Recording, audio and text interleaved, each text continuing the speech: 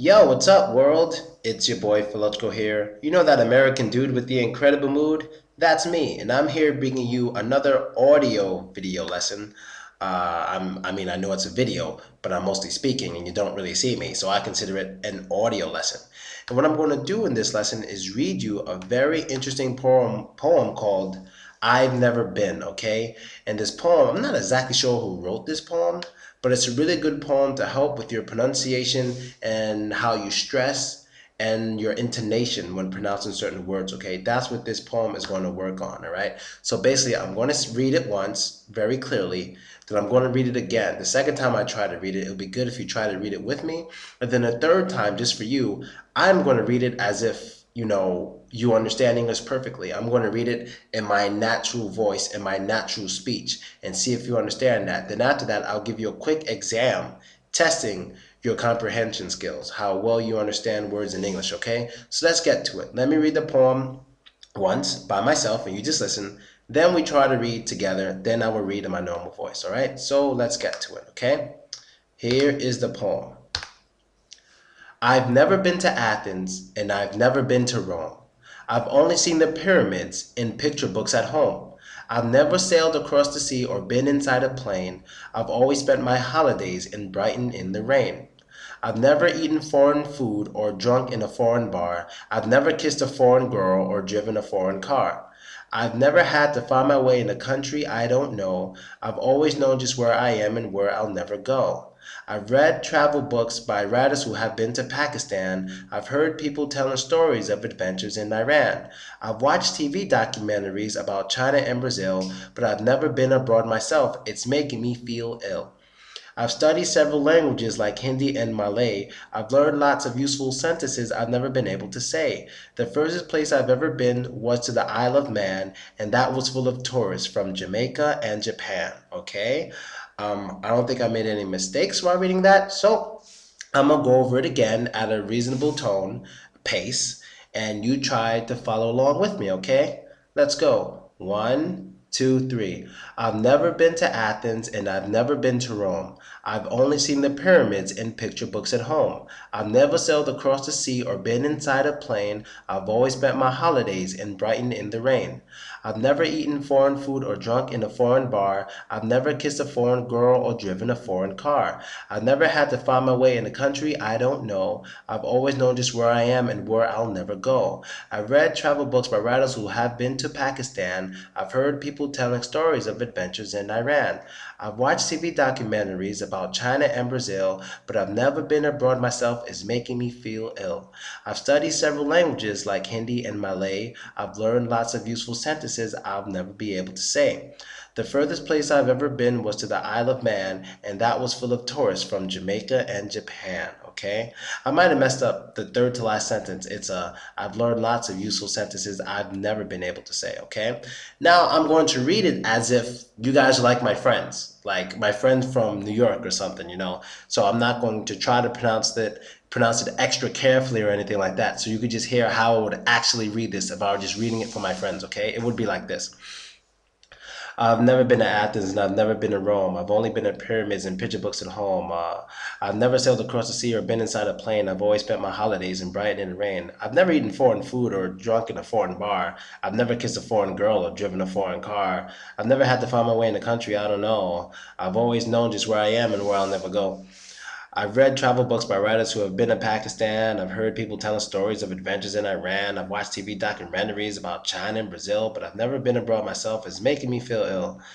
I've studied several languages like Hindi and Malay. I've learned lots of useful sentences I've never been able to say. The furthest place I've ever been was to the Isle of Man, and that was full of tourists from Jamaica and Japan. Okay? So maybe you guys do notice a difference when I read like that. Maybe it's understandable. I'm not sure. But if you basically don't notice a difference, that's crazy. I'm pretty sure you should notice a difference, okay? So what I want you to do with this poem is listen to me read it as many times as you want. And it'll be great for you to memorize this poem, memorize the rhythm, and as you memorize the rhythm, you will also memorize the intonations and the way I pronounce a certain word and stuff like that. And it will be really good for you when you're learning English. You'll learn the stresses and the intonation patterns that are in this poem that I read for you, okay? So it's great if you can just practice this, try to memorize it, and maybe read it one day in your English class.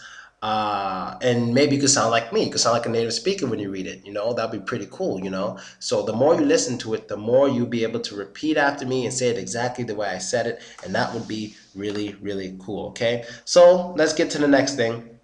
I'm going to give you guys a quick quiz. Now, what you will need for this quiz is a pen or pencil and a piece of paper.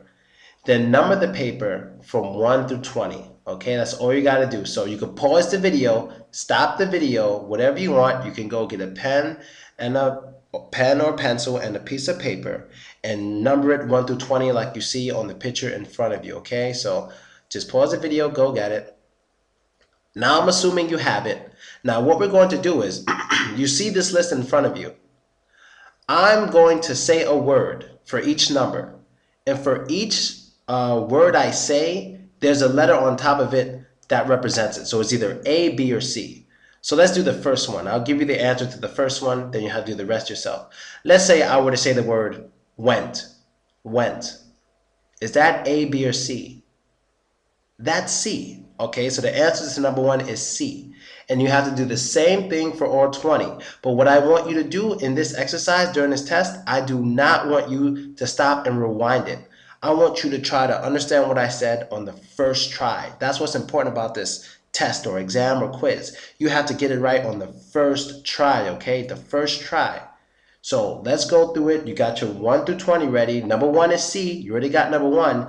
Now I'm going to do 2 through 20, okay? I'm going to do 2 through 20. I'm going to say the word, give you 2 seconds to decide. You have to write your answer because I'm just going to move on to the next word, okay? Let's get to it. Number 2, new. New. Number 3, where. Number 4, eat. Number 5, lid. Number 6, see. Number 7, my. Number 8, in. Number 9, will. Number 10, pull. Number 11, bay. Number 12, main. Number 13, how. Number 14, fell. Number 15, bit. Number 16, what. Number 17, mode. Number 18, bun. Number 19, fur. And number 20, his. Okay, I just read them all to you. You should have the letters. You should have 20 letters going down your list next to your 20 numbers, okay? Now what I'm going to do is I'm going to give the answers for each. If you got it right, put a check. If you got it wrong, put an X, okay? Put a check if you got it right. Put an X if you got it wrong, okay? So we're basically counting the numbers you got right. Ready? First one, C. You all got that. Number 2 is B. Number 3 is B. Number 4 is A. Number 5 is C. Number 6 is A. Number 7 is B. Number 8 is A. Number 9 is A. Number 10 is C. Number 11 is C. Number 12 is C. Number 13 is B. Number 14 is C. Number 15 is C. Number 16 is A. Number 17 is A. Number 18 is C. Number 19 is B. and number 20 is A. Those are the answers. Now, before we go any further, let me say for number 3, the answer was B. But if you got C, I will accept that answer too. The only one I won't accept is A. So for number 3, if you got B or C, it's correct.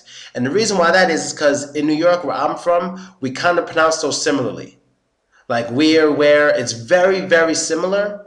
Where the way we pronounce it is probably different in British. So I will take B or C for number 3. But everyone else is really just one way we say it, okay? So now what I want you to do is count the amount of words you got correctly. How many did you get correctly? Then you take that number and multiply it by 5 to see your score. The highest score you can get on this is a 100. So let's say you got 10 correct. 10 times 5, that's 50. That's not too good. Let's say you got 15 correct. 15 times 5, well, I'm not the best with math, hold on. 15 times 5, that is 75. That's okay. But basically for this exam, you should get a 60 or higher, especially if you're leaving the beginner level and entering intermediate. You should get at least a 60, a 60 or higher on this.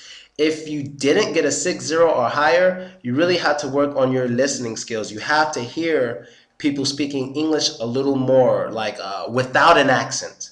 Because I understand a lot of you beginners, you learn English from somebody with a foreign accent, which is okay because you have to start somewhere. You have to start there because they know your primary language. And that's how you learn a new language, by using your primary language. But once you're ready to get into intermediate and especially advanced, it's a good idea to start learning and understanding native speakers more so than you understand the people with your native accent. You understand? So if you're Russian and you're learning English from a Russian person, that's fine. But once you're ready to move to that intermediate and especially the advanced level, you have to start learning to understand native speakers, especially with the native speakers in which you, I guess, the type of English you choose to learn. Because, Australian, British, and American, it's all different. It's all very different. The coolest is American, but they're all very different. So all I'm saying by that is, learn, especially when you're a beginner, learn from people from your country. But after that, you should start learning. You can keep learning from people from your country, but you should also start listening and learning from people, whether on YouTube, whether extra lessons from native speakers. So as you start to speak more and more, you will start to sound like a native speaker. It is very important. If you want to sound like a native speaker, you got to learn to listen to a native speaker, okay? So you can repeat like a parrot. That's how a parrot learns English. Parrots are birds who repeat after you. Parrots don't really know English, but they can hear you say something in any language and they can repeat it. It's pretty cool. And so that is our lesson for today. I hope you liked it. I hope you enjoyed it. And I hope you learned new stuff. Be sure to subscribe to my YouTube channel, people. Subscribe to the YouTube